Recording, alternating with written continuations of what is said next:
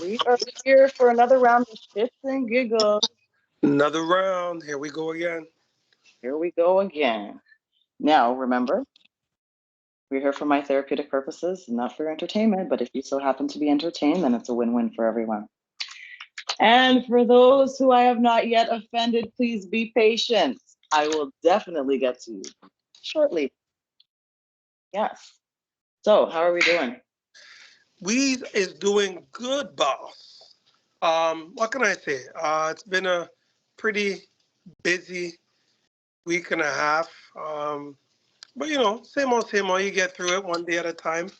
The best way to start a journey is to put your first foot forward. So that's pretty much what every week feels like. It's like a journey of me putting my foot forward each and every time. So no complaints. I gotta give thanks. Absolutely. Bring it here. I got Bella here, and she just knocked the treats off the table, and she's trying to open it. You got Bella and I got Tyson, and he's kind of at my legs right now, bothering me. I need a second. I gotta get her stabilized because she's just gonna be knocking shit all over the place right now. She's in heat, and yeah. So, anyway, let's get on with it. Let's get on with it. So, How was your week? You didn't really say anything. You just came on, asked me how my week was, and you kind of completely went dead. So what the heck? What's going on with you? I was hoping we could skip that part. No, it's been a busy week. I've been in charge of a lot of different projects for They Black put Kids. you in charge of something? Ah! Yeah, you know, um, have it's been a busy month. It's been a busy month. So now we're down to the end of it. I just had my last presentation today, so that came off. Okay. Okay. Fun Um, time. for spring training started, so I'm happy for that because it was a little boring there for the last couple of weeks. Oh, the Jays haven't won a game yet, right? That's okay. At least they're playing. Is it? Is it really okay? It's okay. I know it's spring training, but usually people win games here and there in spring training. We haven't won nothing. Granted, we don't have a big sample size, so I don't want to be the Debbie Downer in the room, but I expect to win a game early, Yeah. especially when you play certain teams, right? Did you hear that one of our relievers is out indefinitely because his son was hit by a car in the parking lot, hit by a valet driver, and he was in critical condition. He was airlifted, critical condition. Person must have been speeding through that parking lot. Unfortunate thing to happen. Well, sometimes it doesn't even take a lot of speed, right? As long as you hit your head. If it's a small child, you know. Mm-hmm. I don't know how old the child is, but prayers up, Bella. Please don't. Come here. Come on. Yeah, it's just trying to knock over my camera. So yeah. Part of the show. It's okay. I get it. If you want to come, just come. But yeah. So Primal Rooney passed today. Yeah, I heard about that. Mr. GST himself and free trade. Free trade. Mr. Free Trade. Is that what caused GM to shut down in Oshawa or like change their manufacturing? There's a lot of things that caused GM to shut down. I wouldn't say free trade was the biggest factor. Um, Free trade caused consumers distributing to shut down and Woolco to shut down. So stores of that nature, that's the reason why free trade was kind of crummy because I remember consumers distributing was like a kick-ass store. I love that store, catalog store. You'll never get a kick-ass catalog store like consumers distributing. But yeah, man, I mean, that was like a badass store. You could buy something and send it back a year later and they give you a new one. You ain't getting that from nobody. And that's without warranty. From nobody. Yep. They were badass. Not without a receipt, not without a warranty, not without a loyalty card. They were a great company. So companies like that was put out of business with the free trade. Was there some upsides to free trade? I guess there was, but it wasn't significant. It wasn't significant enough for me to get excited about. So I'm gonna leave it at that. Sorry. She's okay. like over the place. She's already knocked my camera sideways and things. Okay, so yesterday I had a situation. I want to talk about microaggressions and racism, anti-Black racism, right? Because it's a huge issue. It is a huge issue. Yesterday, I went to a gas station and I pumped some gas. And you know, sometimes you're pumping the gas and it stops, but you know that it's not done. So you pump some more, right? So I knew that it should have been a certain amount, but it's stopping beforehand. So I wanted to check. It kept stopping. We'll go, stop, go. So I said, okay, let me check. Let me check and see where the gauge is at. Because I just wanted to fill the tank anyways, right? So I get in the car. My car's a push start. Start it. By the time the needle goes up, this guy's at my fender. So I'm like, what's going on? He goes, you got to pay for the gas. I'm like, I know I have to pay for the gas. I just want to make sure my tank was full. Hold on, there's still gas stations that let you pump before you pay? Where is this? Oh, I live on the good side of North York. There's no gas stations around here that'll let you pump gas without none. There's certain, like at that same gas station, there are certain, come here. There are certain pumps that you have to pay first. Yeah. And it's usually the ones that are closer to the exits where you have to pay first. But the ones that are closer to the actual attendants in the store, no. Most of them, yeah. I guess some of them after a certain hour, you have to pay before you pump. But this was in the evening. It was like 5 o'clock, right? Rush hour. So I'm like, yeah, I know I have to pay for the gas. He's like, oh, he's like, well, he goes, if you drive off, I have to pay. But who said I was gonna drive off? You know what I mean? Why? The funny thing is, you were out here already before I even started my car. You were already at my car before I even started it. So what's the issue here? Why did you really come to my car? You know why you came. And if you were gonna drive off, I would have hit him while he was starting up my fender. That's exactly it. Why would I even stop to talk to you? As soon as I see you, I'm peeling off, right? And if I happen to run over your foot, then so be it. So he's just yelling at me. I said, who the hell are you talking to? Who are you talking to? I'm trying to be as calm as I can because at the end of the day, I'm in a public setting, right? But you're triggering me. You're really triggering me. So he kept going, and then he started swearing at me. Oh, you have to fucking pay. You have to fuck. I said, excuse me? Excuse me. I said, first of all, who said I wasn't going to pay? You assumed. And why did you make that assumption? Let's be honest here. You know, you and I both know you made that assumption because it was Black, right? So I'm like, I would like you to call the owner. I'd like to have a discussion with the owner about your behavior and how you're treating me. Because there's no need for this, right? This whole scene that you're creating here, there's no need for this, right? Because you're trying to get a rise out of me so you could say, see, you see how they behave? No, right? So I stood there with my wallet in hand, because I took my wallet out of my purse. Don't think that I'm not gonna, I stood there with my wallet in hand and I was waiting for him to call somebody. Call the owner. Oh, he's not available. How do you know that? Oh, he's out of the country. Okay, who's second in command? Call that guy. Oh, there's nobody, right? So back and forth, back and forth. I'm not paying. So I'm waiting to see if he's either gonna call whoever his boss is or call the police. Because now if you call the police, now we have a really big problem because I haven't committed a crime. I'm still on the premises. I have not left the property. So there's no crime committed. What are you calling the police for? You are the aggressor at the same time, right? I'm not coming at you. You're the aggressor. You approached me, right? And I think we could take it a step further. I'm a woman and you're coming at me aggressively, right? That's very intimidating, right? I feel threatened. I feel threatened by your behavior. So anyways, after he realized that I was not moving until he called somebody, then he apologized. Oh, well, you know, it wasn't like that. You know, he goes, I shouldn't have approached, I'm sorry, I shouldn't have approached you like that. I shouldn't have approached the situation like that. I recently had somebody run off and I had to pay $140. You know, I'm like, okay, I understand. That's not my problem, but I can see why that would be a problem for you. But at the end of the day, I wasn't going anywhere. You got to wait and see, right? You can't just approach people like this. And it could have been, I could have been somebody else. I could have been a totally different person. I could have handled it totally differently. right?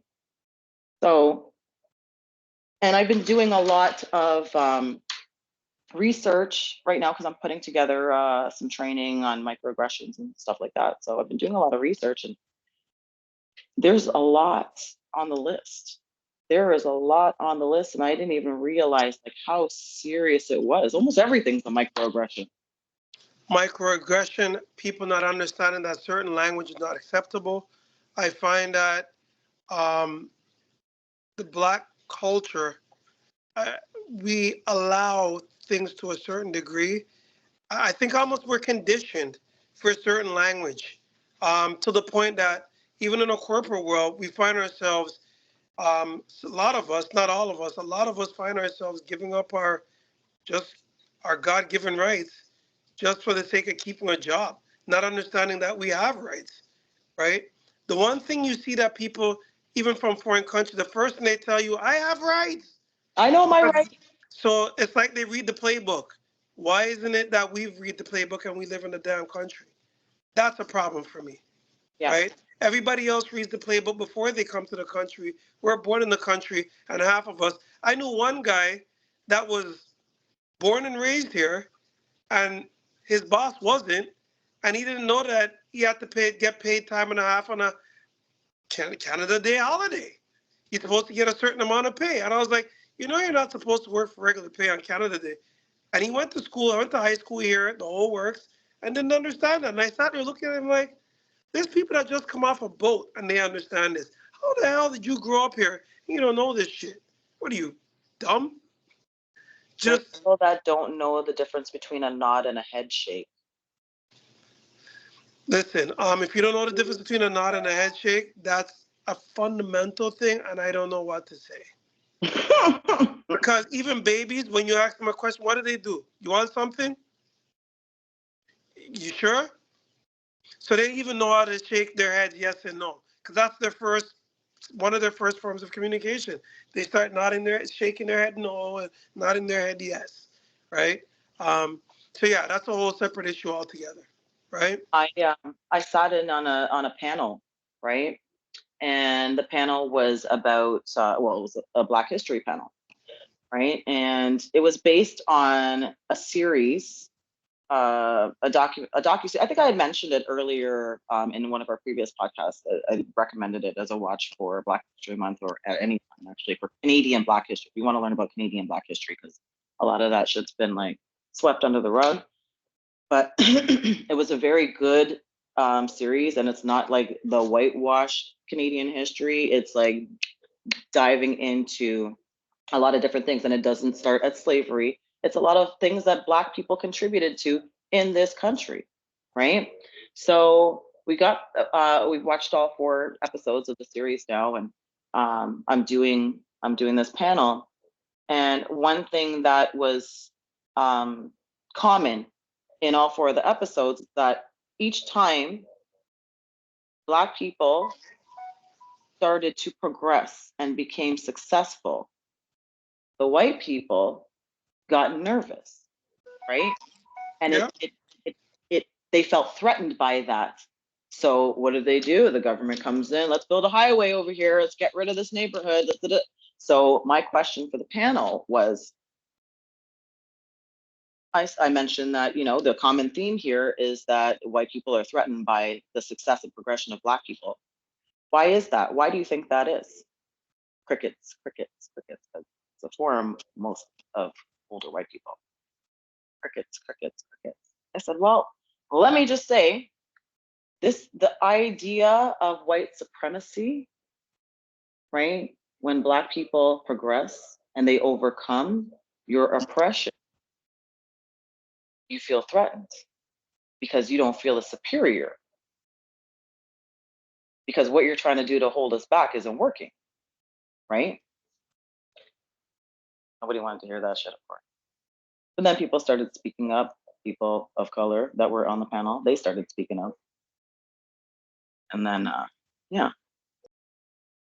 but that's what it is. That's exactly what it is. It's the idea of white supremacy, and you not have it. They're losing their power. Is it supremacy or privilege? Let's make that something clear. Is it No, supremacy or the privilege comes from the idea of the supremacy. They feel that they're better than. That's the supremacy part of it, right? They're supreme to, we are inferior to them in their minds. And that's why they are threatened when we are successful, when we do something, when we overcome something that they've tried to keep us from doing, right? Privilege is one thing. Privilege is, that privilege comes from the idea. Does that make sense? yeah? Just be very specific with the language as well. Um, you don't want to ever generalize. So when we do blanket statements, we always have to be very mindful when we're doing this. So don't say it if it's a specific group of people, and we do understand who we're talking to. Um, let's just be mindful of that as well. In terms of um, there is a complex, and I have seen it.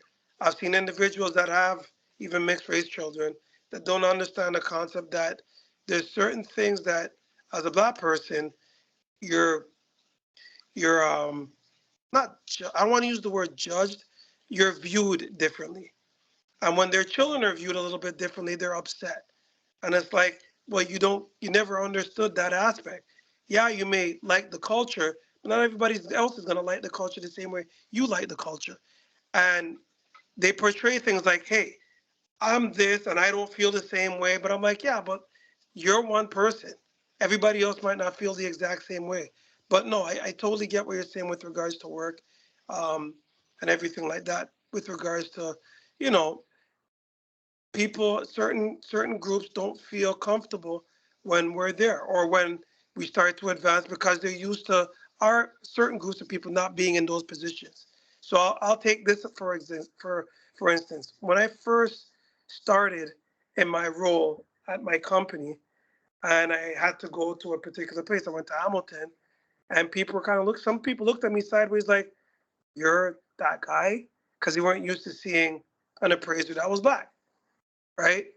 Which I get it, because when I started in my industry, there wasn't a lot of black appraisers in insurance companies or anything of that nature.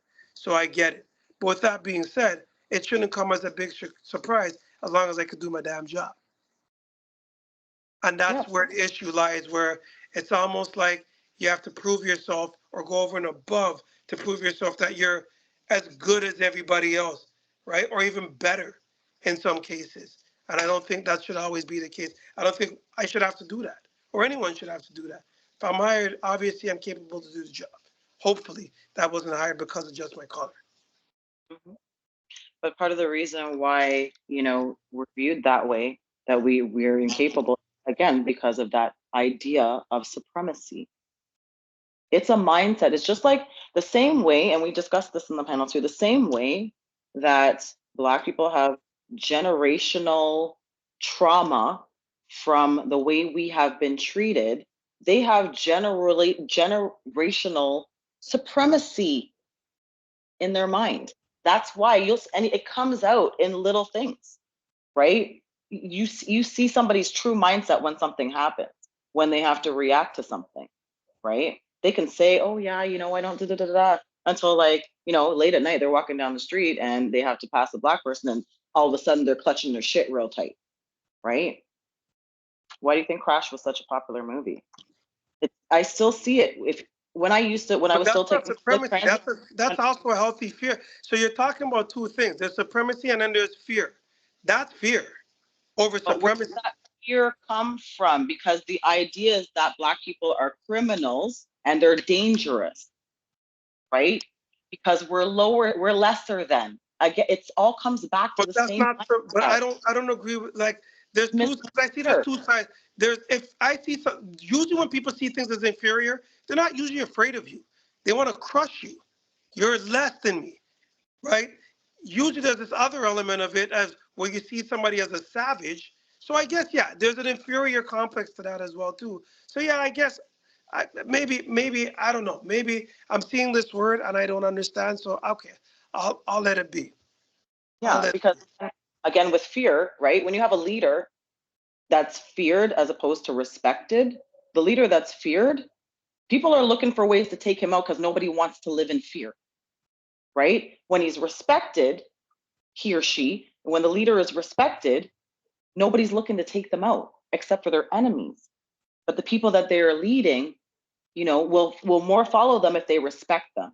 They're not following them if they fear them. They might follow them for a certain amount of time out of fear, but nobody wants to live in fear forever. So they find a way to eliminate that fear, which they'll band together and eliminate that threat, right? That's why as a leader, I'd much rather be respected than feared, because people will take out the leader that they fear. Right? When they've had enough and they no longer want to live in fear, look what happened with slavery. Those people were living in fear, right? Until they had enough.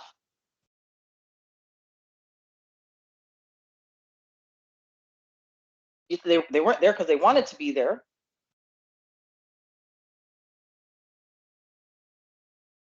Right? So with that, and nothing's going to change until the mindset changes, right? And I don't know what it's going to take for the mindset to change.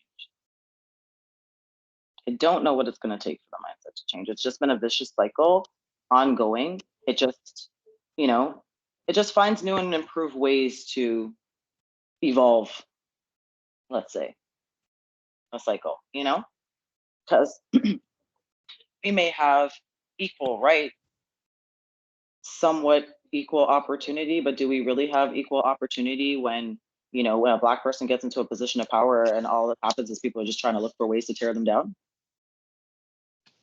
Because there's a fear that we might do better than, right? So there's an insecurity level to that too.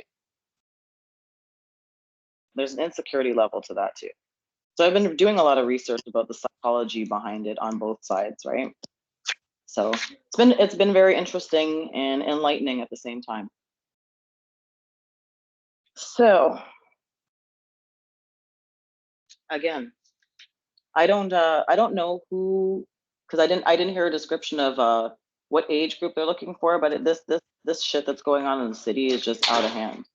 Now you got this. You heard about this woman, the 76-year-old woman that was going for a walk and shot in the face with a pellet gun? Yeah, I heard about that. It's just out of hand. It's out of hand. But I don't know if you notice, every time when things happen in the city, they go in spurts. So when it's bad, things go sideways. When it's coasting, it's coasting. And I feel the last couple of weeks have just been um, a lot of stuff going on. Somebody else was actually murdered this evening as well, gunned down in a SUV with out of province plates. So out of respect for the family, they didn't want to say where the personal individual was plates were from. Um, I heard where the plates were from. I did pardon? hear where the plates were from. I heard where the plates were from. Oh, Yeah. at the time when I heard it, they didn't say where the plates were from. Yeah, well, when I heard it, they said they were from Quebec.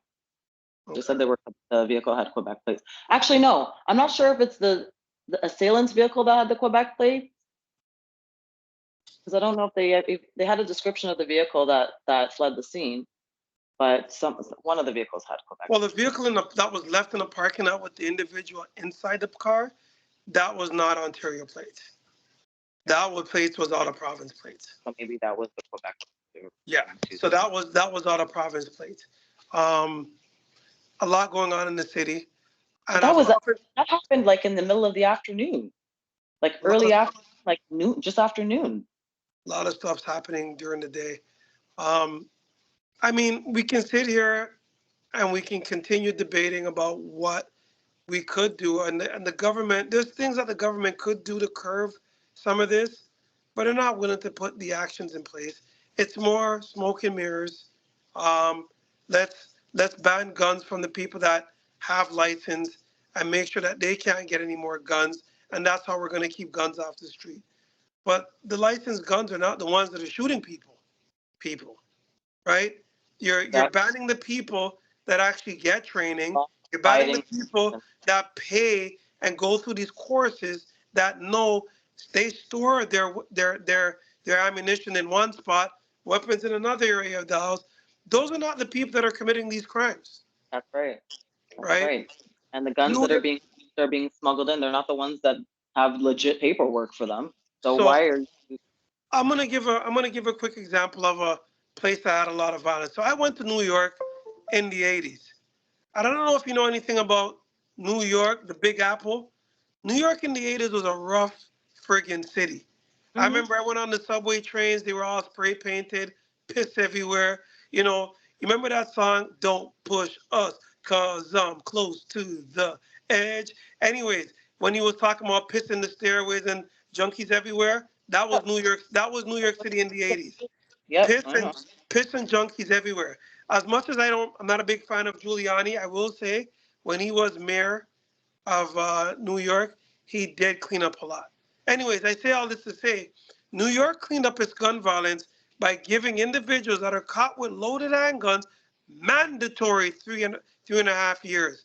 They didn't care where you got it from. If it was in your waist or in your socks, guess what? Bye three bye. years, You're right? going There's up. no negotiation, right? It's different if they find it in your car because someone could plant a gun in your car. You might catch a charge, probation, whatever the circumstance is. But if it's on you, you have an intention. Yep. The Yep. problem that I find with the Canadian government now, they start going into this whole constitution and rights. Okay, we know you don't give a shit about constitution and rights because during COVID, you made people get fired because they wouldn't take your vaccine. So you don't give a shit about people's constitution and rights. So don't give me that. So you're telling me somebody's constitutional right that walks around with a gun to shoot people is supersedes the person that they're actually going to go out and shoot? How does that make sense? So I don't know if you know this, because part of the issue is not even just the sentencing, like the penalties for the crime. Yeah, Part of the issue is the procedure up until that point, yeah. right? Bail is supposed to be a one-shot deal. You breach Supposed to. that shit, you're supposed to go to jail until your trial, until your trial has been completed, right? And if it so happens that you are convicted and you are sentenced time, then you will get time served for the time that you were in jail between your, until the end of your trial, right? But what's happening is you'll have someone commit a crime, a violent crime, they get bail. Then they go and do something and breach the bail. They might even commit another violent crime, breach the bail. Now they've got the breach charge and this new charge, right? What did they get? Bail again. Back out on the streets again to commit more crimes. Like even that period of time when there was a slew of police shootings in the province and in the country, a lot of those assailants that they were on bail for violent crimes, right? Those two brothers that were what province was that? The Jane Smith Cree Nation. Two brothers. I can't remember what province it was, right? But at the end of the day, they had a whole list of violent crimes, right? Convictions. I think one of them had like at least 18 violent convictions, right? And they go to court and they get bail. Or, they get bail and then they have another court date and they skip that. So now there's a bench warrant out for them. So they're running amok out there, right? It's just it's the system. It's the system. It's not the laws itself, it's the system. The system is messed up because the police are doing their job. They're arresting these criminals, but the courts are letting them back out on the streets, right? And these young people, that's why they feel no way to do it, because for them, 18th birthday, boom, boom, boom, all that shit's out the door, right? Sealed, gone. So you have all these young people committing all these disgusting crimes, right? And we're talking young, like elementary school kids. It's crazy. It's crazy. And what's the issue between the system and the home? It just, and then right now, I know you're saying the government, like the federal government is the one with the gun laws. Right now, the provincial government is trying to appoint people, conservative people, to the panel that chooses the judges, so they stop letting all this shit go, I know. right? You can say the name. I know who. Anyways, And they're fighting him on it. I know. They're fighting him on it. But that's what's needed, because clearly what's going on now ain't working, right?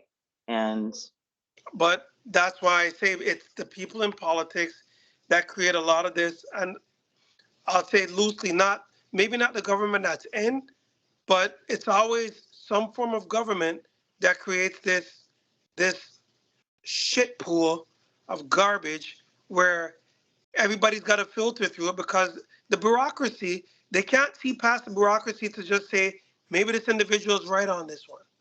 yep. I have to say is no. Andrea Horvath was the queen of that. Even if Uncle Dougie did something right, she had to say he was wrong. We had to argue. Oh Right? my And gosh. it was like, Oh, so you, glad her you voice. Such dumb a freaking idiot. one. I Just couldn't shut up. stand her. Sometimes it's okay to just say, you know what? Fine. You know what? Even a broken clock's right twice a day. Okay? Yep, Even a exactly. broken clock is right twice a day. So if he's right or he or she's right, roll with it. You don't need to Yep, fight it. This individual will fight it, drag it through, and after it drags through, well, it took them too long to get it done. exactly. What Exactly. is Even wrong with something you? she wanted. No, it's something she's not fighting. Something she wanted. He does it. Oh well, it took too long. There was always something with her. There was always, she was always whining about some shit or the other. So I'm glad that she's mayor somewhere now, and not, I don't have to deal with her. Yeah, Not. she's mayor of one of our favorite towns, Hamilton. Mm. We have our own mayor to worry about over here. Trust me. Yeah, Yeah. I'm grateful that we didn't get a lot of snow this year.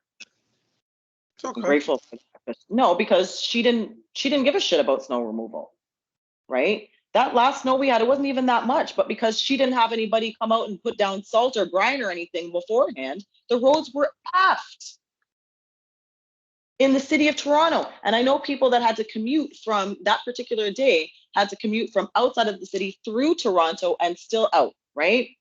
Peel was good. York was clear. Durham was clear. It was only Toronto where people were sliding all over the place because she was too busy trying to get her stinking budget passed. She forgot to send out people to put down salt and brine, right? I'm gonna For your, say this. for yours. We had some pretty messed up years under the Tory era, and I'll tell you this because I drive to York Region every day. And I remember I'd cross Steeles and feel like I was in a new world. So it's not Yep. just her. It's been the last few mayors that we've had in this city.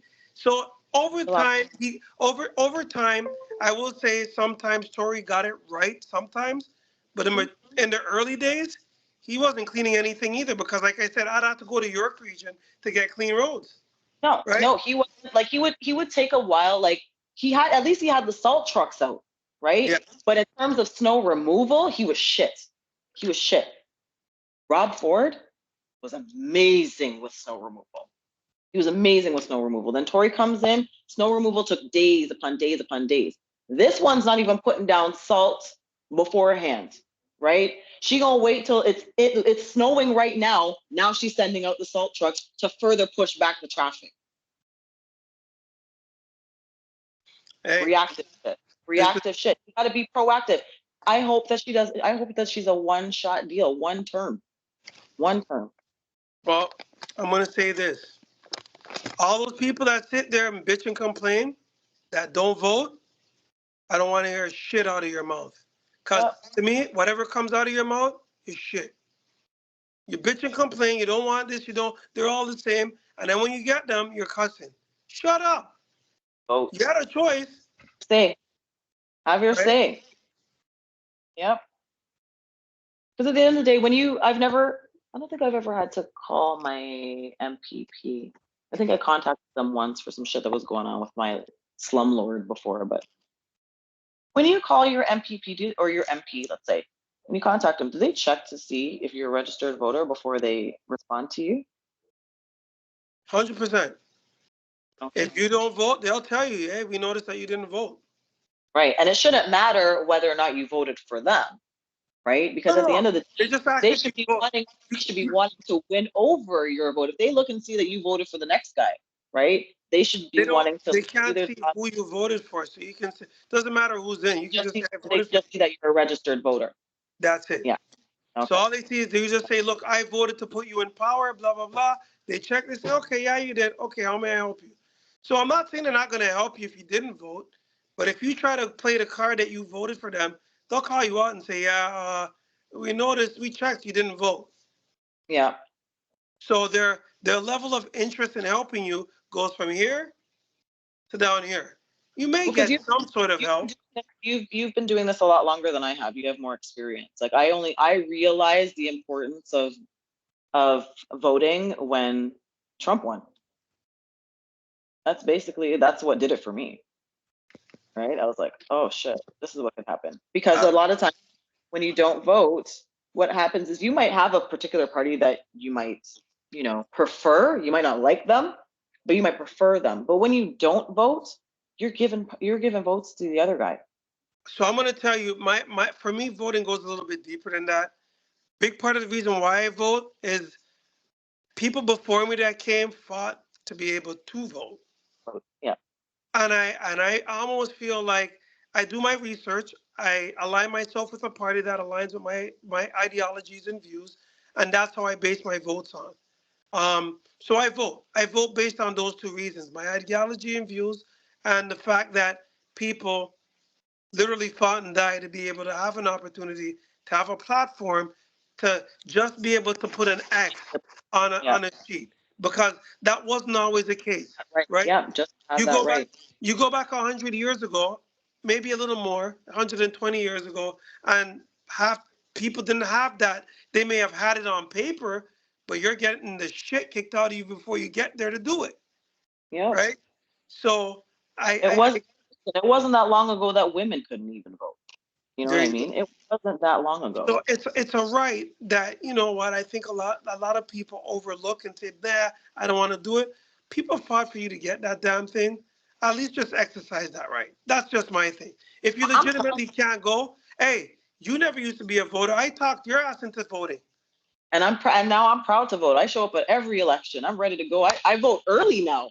I do the early I voting. remember you used to look at me sideways when I used to tell you I'm going to go vote. You're like, oh, no, no, now you're a voter and I'm happy.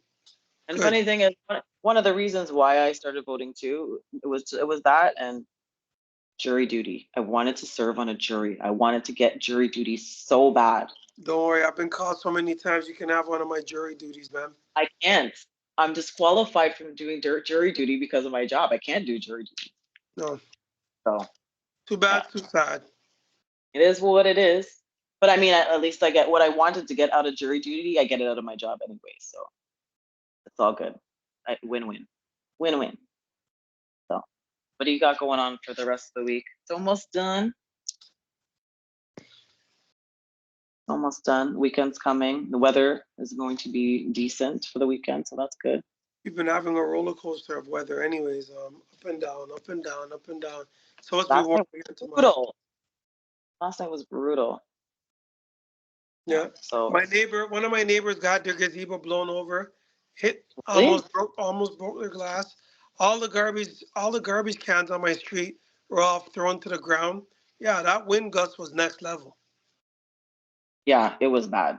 It was bad. So yeah, this was a good talk. I think we needed to discuss. I think we could get into some more stuff, but we just don't want to you know, I don't mind offending people on a certain level, but I'm not really trying to offend people on that kind of level, right? If the truth offends you, then so be it. I don't have an issue with that. There's nothing I can do about that. That's a you problem. That has nothing to do with me, right? For But I'm sure. not out here trying to offend any groups or anything, right? So that little section there about the blankets, it wasn't a blanket statement. It's just that's the society we live in, unfortunately, right? If you really look at it, if you really analyze it, that is the society we live in. So all we can do is, be knowledgeable, learn, do your research, know what it is. Know if you're going to fight for something, know what it is that you're fighting for, right? And above all, wherever you are, whether I don't care what nationality you are, who's watching this, if you want to stop racism, that shit starts in your house. Okay? Correct. It starts in Correct. your house. So I don't want people blaming, well, it's the internet, it's this, it's that. It starts with parents, it starts with you. The ideologies you input into your children, that's the shit that's going to be the building blocks. Whoever waters that seed, it's going to grow from there. So plant good seeds, right? It's Plant the good seeds, examples. plant good ideologies into your children so they're not going out there with these pre-notions that certain groups are worse than others, right? Which is total bullshit. Give everybody a fair shake, right? Yeah. And one of the biggest bullshit lines, I don't see color. Yeah, you don't see color, right? So you're denying my whole existence if you don't see color, because that's the first thing you notice about me, right? Before you notice anything else, the first thing you notice about me is my color. Because if I'm all the way down the street in a hoodie and track pants, you don't even know if I'm a woman or not, but you can see that I'm black. So that I don't see color shit, stop the shit. Cut the shit, right? Really look at it, what it is that you're saying there. That's And when you're let me being stop. called, I want another thing. When you're being called out, don't tell me you have black friends. I don't give a shit. I don't care who your black friends are.